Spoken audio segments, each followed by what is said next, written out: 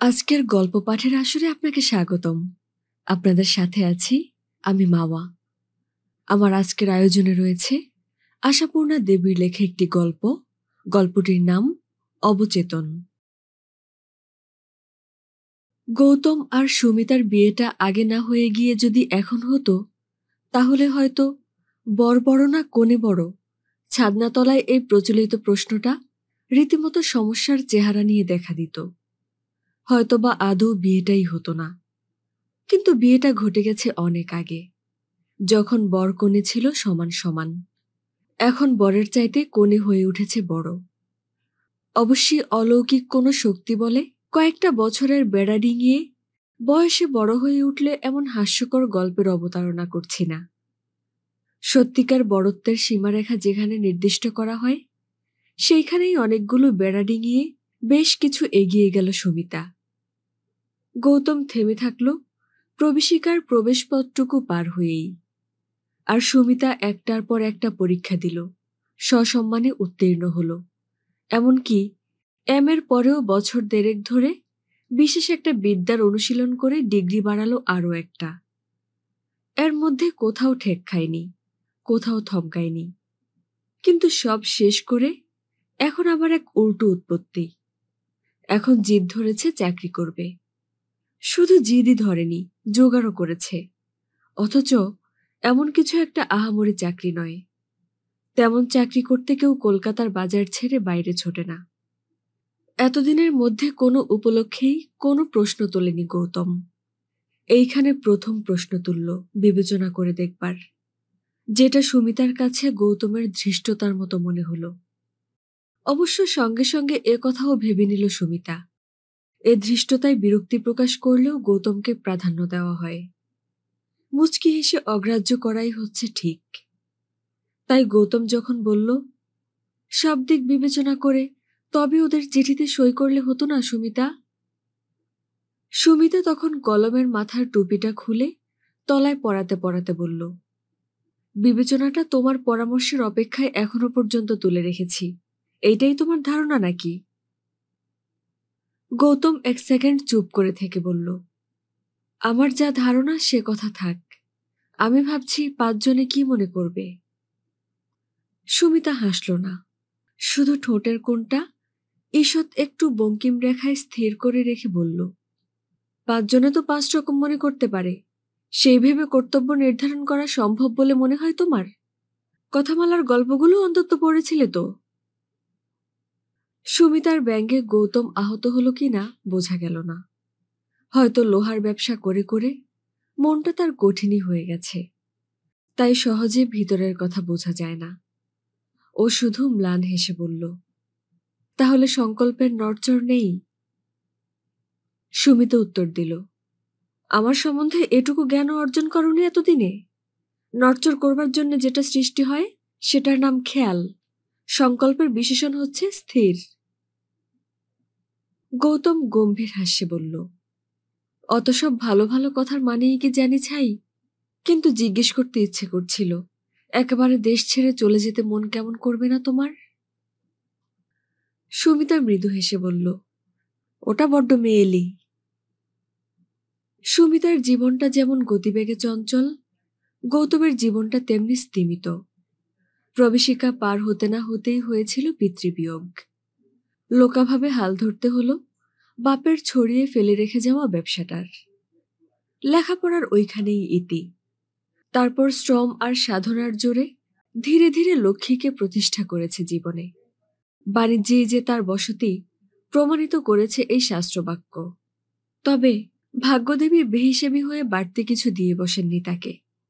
পরিশ্রমের মূল্য হিসেব করেই দিয়েছেন। তবু এরই মাঝখানে মাতৃআজ্ঞা শিরোধার্য করে তার ভাঙা সংসার জোড়া দিতে এক ফাঁকে বিয়ে করে বসেছিল। বয়স তখন নেহাতি কাঁচা। সুমিতাও অবশ্য আরও কাঁচা, ক্লাস 10-এর ছাত্রী। বিবাহ বন্ধনের বিরুদ্ধে বিদ্রোহ করবার প্রয়োজনীয়তাও ঠিক অনুভব করেনি। এখন হলে অবশ্যই করত, কিন্তু সত্যি কথা বলতে তখন বিয়ে ব্যাপারটাকে বেশ মজার বলেই মনে হয়েছিল তার।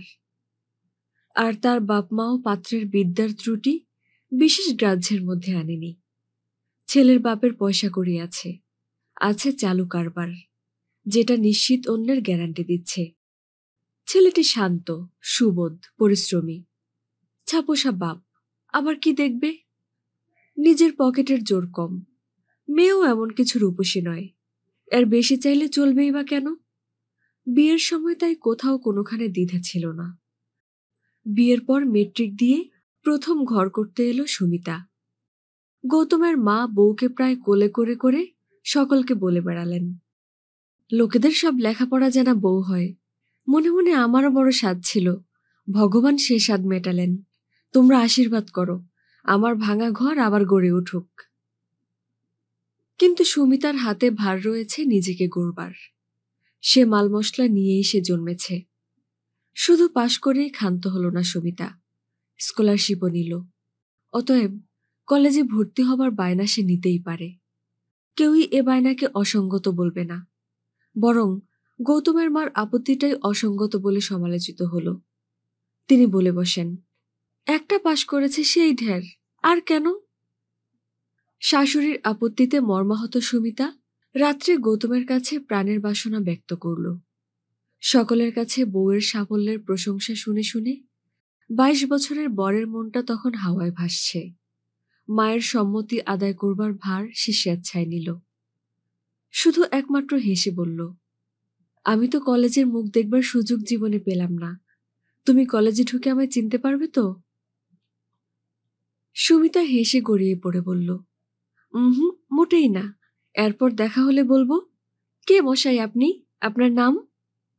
না গো না, ঠিকই হবে, ব্যালেন্স ঠিক থাকবে।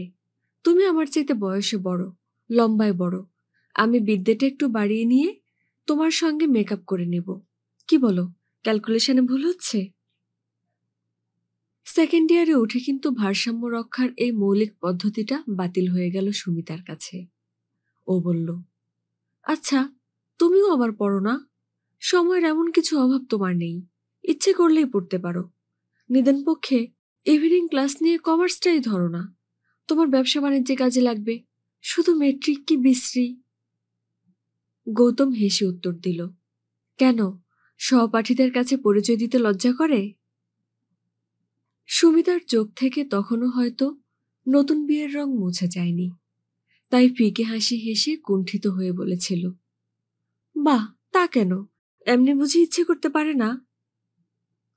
তবু ইচ্ছেটা যে এমনি ইচ্ছে নয়, সেটা হাসির রঙেই ধরা পড়ল।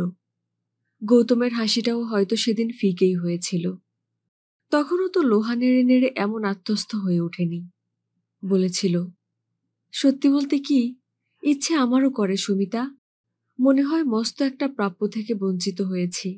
কিন্তু আমার আবার অন্য লজ্জা। সবাই বলবে, বউয়ের দেখা দেখি বুড়ো বয়সে আবার পড়া ধরল। না, গোড়ায় বড্ডই ভুল হয়ে গেছে। সুমিতা তখন ভাবছিল একটা বাংলা সিনেমার গল্প। সে গল্পের আকাট মুখ্য গোবর গণেশ নায়কটি লোকচক্ষুর অন্তরালে বসে শুধু বউয়ের সাহায্যে বিদ্যাদিগ্গজ হয়ে উঠেছিল। হায়, সত্যিকার জীবনটা কেন গল্পের মতো হয় না?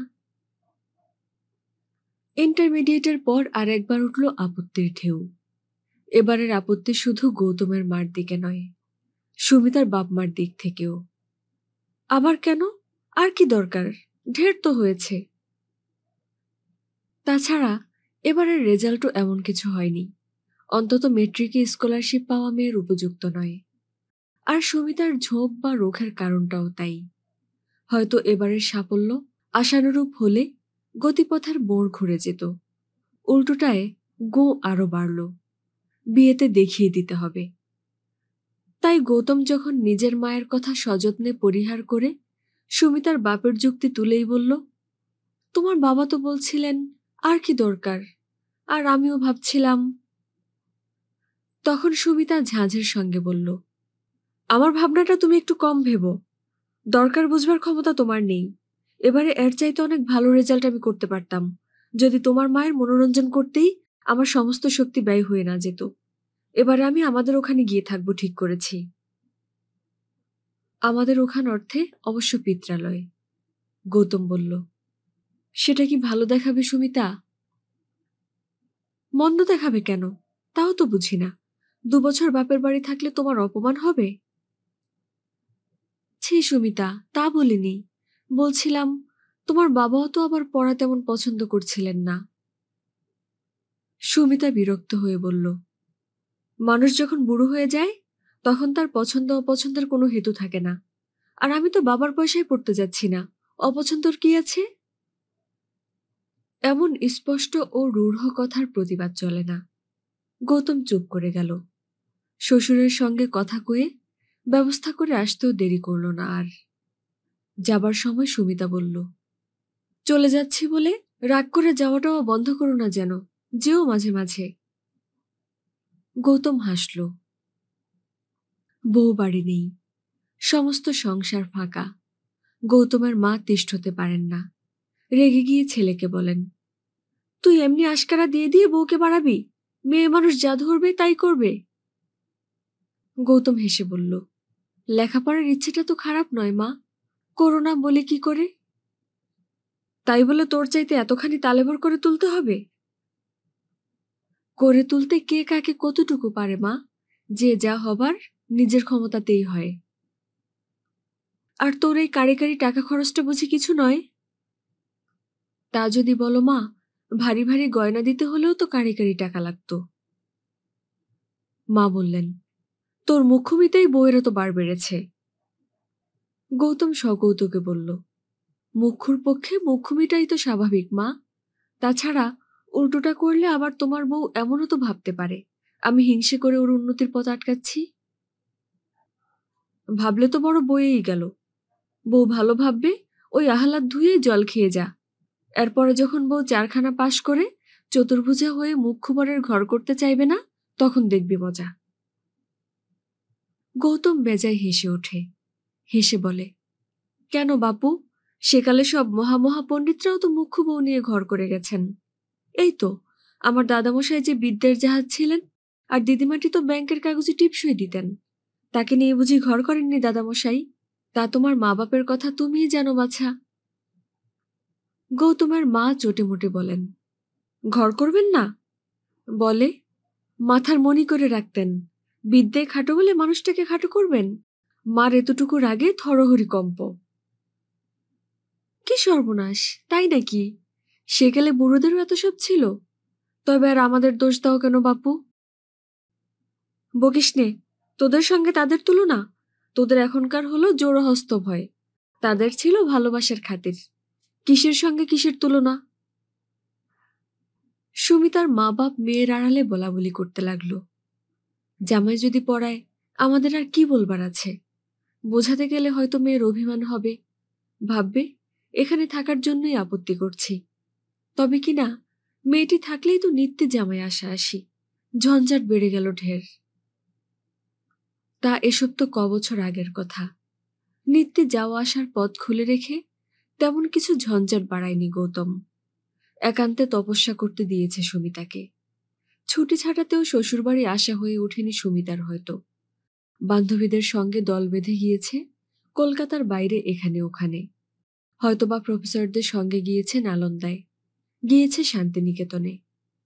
গৌতমের মা দিন গুনছিলেন পড়া সাঙ্গ হওয়ার, নিজের জন্যে নয় আর। ও বউ এসে যে কাঁচা কাপড়খানা পরে তাকে এক ঘটি জল এগিয়েও দেবে না, তা তিনি বুঝেছেন। তবে দিন গুনছিলেন ছেলের জন্যে। ছেলেটাকে সংসারী না দেখে মায়ের প্রাণে স্বস্তি কোথায়? তাছাড়া অলক্ষিত বাসনা জগতে একটি শিশুমূর্তি মাঝে মাঝে উকি দিয়ে যায় কিনা? দস্যি বউকে জব্দ যদি কেউ করতে পারে, সেই পারবে। সেই অনাগত শাসনকর্তার উপরে যেটুকু ভরসা তার। কিন্তু এ যে হরিষে বিষাদ। এত কাণ্ডর পর সব লেখাপড়া সাঙ্গ করে এখন কিনা সুমিতা এক চাকরির নিয়োগপত্রে সই করল। অনেকে অনেক বোঝালো, সুমিতা সংকল্পে অটুট। সকলে বলল, তোমার বরের পয়সা খায় কে বাবা, তোমার এ কষ্ট সাধনের দরকার? সুমিতা উত্তর দিল, বসে খাবারই বা জাস্টিফিকেশন কি? এতদিন ধরে যা শিখলাম সেসব তো তাহলে অর্থহীন হয়ে যায়। অতএব যাত্রার আয়োজন বহাল থাকল। যাবার আগে কয়েকদিনের জন্যে এ বাড়িতে বেড়াতে এলো সুমিতা, সৌজন্যের প্রতিমূর্তি হয়ে। কুশল প্রশ্ন করতে গেল গৌতমের মার কাছে। ভদ্রমহিলা মুখ ভারী করে বসে থাকলেন। সুমিতা উঠে এলো। শুধু একবার এই ভেবে হাসি পেল, একদা এই মানুষটাকে কি অহেতুক ভয়ই করেছে। গৌতম একসময় বলল, মার কাছে আরেকটু বসতে পারতে। বসবো কি, তোমার মা তো কথাই কইলেন না। একটু অভিমান হয়েছে, খানিকটা কাছে টাছে বসলে ওটা কাটত। সুমিতা সারাদিন মার্কেটিং করে বেড়ানো ক্লান্ত দেহটাকে চেয়ারে এলিয়ে দিয়ে বলল, দেশশুদ্ধ লোকের অভিমান ভাঙাতে পারিনি বাবা, উফ। আর কারোর তো বলিনি, শুধু মার। বয়স হয়েছে, একটু ভানেতেও খুশি হন। ভানটান আমার আসে না বাপু, তাহলে তো তোমার অভিমান ভাঙাতেও আবার ভান করতে বসতে হয়। গৌতম ক্ষণকাল ওর মুখের দিকে তাকিয়ে দেখল। কি একটা বলতে গিয়ে থেমে হঠাৎ দরাজ গলায় হেসে উঠল।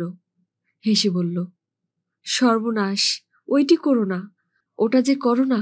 শুধু এই কৃতজ্ঞতাটুকুই সম্বল আমার। তাছাড়া আমরা লোহার ব্যাপারী মানুষ, মান অভিমান করবার সময় কোথায় আমাদের?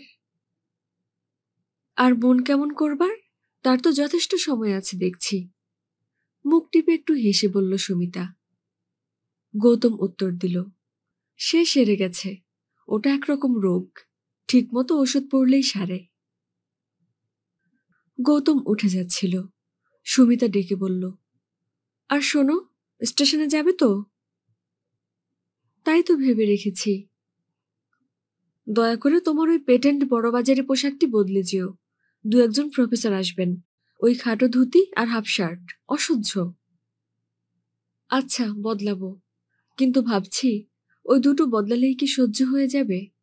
ধুতির খাটত্বটাই তো সব নয়। যেটা বদলাবার উপায় নেই তার জন্য আর কি করা যাবে? নিরস মুখে উত্তর দিল সুমিতা। যাবার দিনে সুমিতার বাপের বাড়ির লোকেরা দেখা করতে এলো অনেকে মিলে। ঢের দিন ও বাড়িতে থেকেছে। সুমিতার বন্ধনের গ্রন্থি একটু বেশি শক্ত হয়েছে বইকি। তাদের জন্য যথেষ্ট খাওয়া দাওয়ার আয়োজন করল গৌতম। হাসি, গল্প, হইচই এর বহরে মনে হলো না এরা বিদায় অভিনন্দন জানাতে এসেছেন। এক শ্যালিকা বললেন, একজনকে তো সবাই বিদায় অভিনন্দন জানাতে এলাম, আর এক বেচারাকে কেউ একটু সহানুভূতিও জানাচ্ছে না কেন বলো তো? ভাইরা ভাই বললেন, প্রয়োজন নেই, ভাইয়ের আমার বৈষ্ণব কবিতায় রাধার অবস্থা। তোমারই গরবে গরবিনী আমি, রূপসী তোমারই রূপে। গৌতম সহজ হাস্যে বলল, আমি আপনাদের অত কথার মানে জানলে তো, যা প্রাণ চায় বলুন। কথায় কথায় সুমিতার বড় ভাজ বললেন, কলকাতায় এত স্কুল কলেজ থাকতে কাজ জোটাতে গেলি পাটনায়?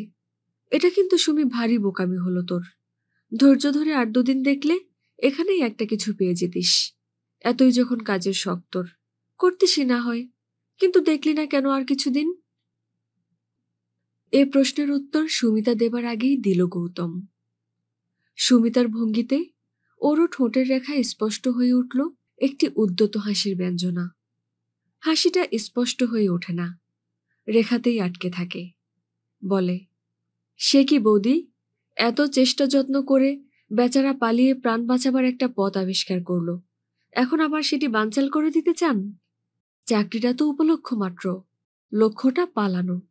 মেয়েলিত্ব ঘোচাবার জন্যে যতই উঠে পড়ে লাগুন আপনারা, ও আর ঘুচবার নয়, ওটা জড়িয়ে আছে আপনাদের অস্থিমজ্জায়। ভাজ অবাক হয়ে বললেন, এ আবার কিরকম কথা হলো? একা বিদেশে যাওয়াটা বুঝি মেয়েলিপনা? যাওয়া আর পালানো, এ দুটো কি এক বৌদি? হয়তো অন্য সময় হলে গৌতমের কথায় কানই দিত না সুমিতা, উড়িয়ে দিত অগ্রাহ্য করে। কিন্তু গৌতমের ঠোঁটের কোণে ওই হাসির ব্যঞ্জনা, ও যে শুধু মনের মধ্যে আগুন ধরিয়ে দিল তা নয়, অবাক করেও দিল। গৌতমও এ হাসি হাসতে পারে? এমন কৃপা আর ব্যঙ্গের ধারালো হাসি, যেটা নাকি সুমিতার একচেটে। এই হাসির শেলে সুমিতার আত্মপ্রসাদের বিরাট প্রাসাদের ভিত নড়ে উঠছে যে সত্যকে নিজে চোখ বুজে অস্বীকার করতে চায় সুমিতা, সে সত্য গৌতম অধিকার করে বসতে পারে? মনস্তত্ত্বের তত্ত্ব বুঝবার ক্ষমতা ওরও আছে নাকি? সত্যিই পালিয়ে যাচ্ছে না সুমিতা? গৌতমকে স্বীকার করে নেবার ক্ষমতা তার আর নেই বলেই না পালাবার প্রয়োজনকে সৃষ্টি করা। এ অক্ষমতা গৌতম তবে ধরে ফেলেছে? কিন্তু তাই বলে তো আর সভার মধ্যে হাঁটতে পারে না সুমিতা। তাই তীক্ষ্ণ স্বরে বলে, কথা বলবার সময় একটু ভেবেচিন্তে বলাই ভালো, বুঝলে? পালানো কথাটার অর্থ কি? মুশকিল, তোমাকে অর্থ বোঝাবো আমি? ভাষার কিছু জানিও না, বুঝিও না, যা মনে আসে বলে বসি। কিন্তু আপনার কি মনে হয় বৌদি, পালানো বলাটা ভুল হয়েছে? পড়াশোনা শেষ হলো, আর বাপের বাড়িতে পালিয়ে বসে থাকার উপায় রইল না। অতএব আর একটু উপলক্ষ সৃষ্টি করা, এই আর কি। শালাজ মানুষটা বুদ্ধিতে একটু খাটো। তিনি বিস্মিত হয়ে বলেন, কিসের ভয়ে পালানো ঠাকুরজামাই? চিরদিনের স্নেহশীল, ক্ষমাশীল, কুণ্ঠিত আর স্বল্পবাক মূর্খ ছেলেটা কি হঠাৎ মরিয়া হয়ে উঠল? অবিরাম আঘাতে যেমন নিতান্ত নিরীহ পশুটাও হিংস্র হয়ে ওঠে। তাই হেসে উঠে বলল, খুব সম্ভব এই হতভাগ্যের সঙ্গে ঘর করার ভয়ে। কি যে বলো ঠাকুরজামাই, সুমি আমাদের তেমন মেয়ে নয়। গৌতম এবার আর হেসে উঠল না, মৃদু হেসে বলল, তেমন মেয়ে কি কেমন মেয়ে আপনারাই ভালো জানেন বৌদি। আমি শুধু জেনেছি নিতান্তই মেয়ে। বরং উল্টো বলো, বৌদি বলে, বিদ্যেয় পুরুষদের কান কাটল, এখন চলল পুরুষের মতো বিদেশে চাকরি করতে। তবু হ্যাঁ, তবু মেয়েলি স্বভাবটা ঠিকই থাকলো, ও আর ঘুষল না। সেই আদ্যিকালে ঠাকুমা দিদিমাদের ধারা মিশে আছে হাড়ে মজ্জায়, যাদের নাকি স্বামীর চাইতে ছোট হয়ে থাকতে পারাই ছিল একমাত্র ধর্ম। হ্যাঁ, সে ধারা আজও আপনাদের মজ্জার মধ্যে বজায় আছে। তাই আপনাদের জীবনে বন্ধুর দরকার নেই, দরকার শুধু সেই স্বামী, প্রভু, ওপরওয়ালা। কাজেই সেখানে এতটুকু ঘাটতি হলেই ঘর করার ভয়ে পালিয়ে প্রাণ বাঁচাতে হয়। বৌদি এত গোলমেলে কথার মানে বুঝলেন না, তাকিয়ে থাকলেন চুপ করে। আর স্তম্ভিত হয়ে চেয়ে থাকল সুমিতাও। নিজের কানকে আর চোখকে বিশ্বাস করতেই যে দেরি লাগছে। যে মূর্খ লোকটাকে বরাবর নিরীহ ব্যাঙ ভেবে অগ্রাহ্য করে এসেছে সুমিতা, সে কি তাহলে সাপ? সেই আদ্যিকালের প্রপিতামহদের ধারা মজ্জায় বহন করে আনা জাতসাপ, যে প্রপিতামহরা চিরদিন মেয়ে মানুষকে শুধু অবজ্ঞা আর করুণা করে এসেছে? ওর ওই নম্র, কুণ্ঠিত, সদাবিনীত ভাবটা তাহলে ছল? রাগে অন্ধ সুমিতা খালি এই দিক থেকেই ভাবে, গৌতমের অভিযোগের উত্তর খোঁজবার চেষ্টা করে না। আজকের গল্প এই পর্যন্তই। পরবর্তী গল্প শোনার জন্য সাবস্ক্রাইব করে আমাদের পাশে থাকুন। আর অবশ্যই বই পড়ুন, বইয়ের সঙ্গে থাকুন এবং নিজের যত্ন নিন। টাটা।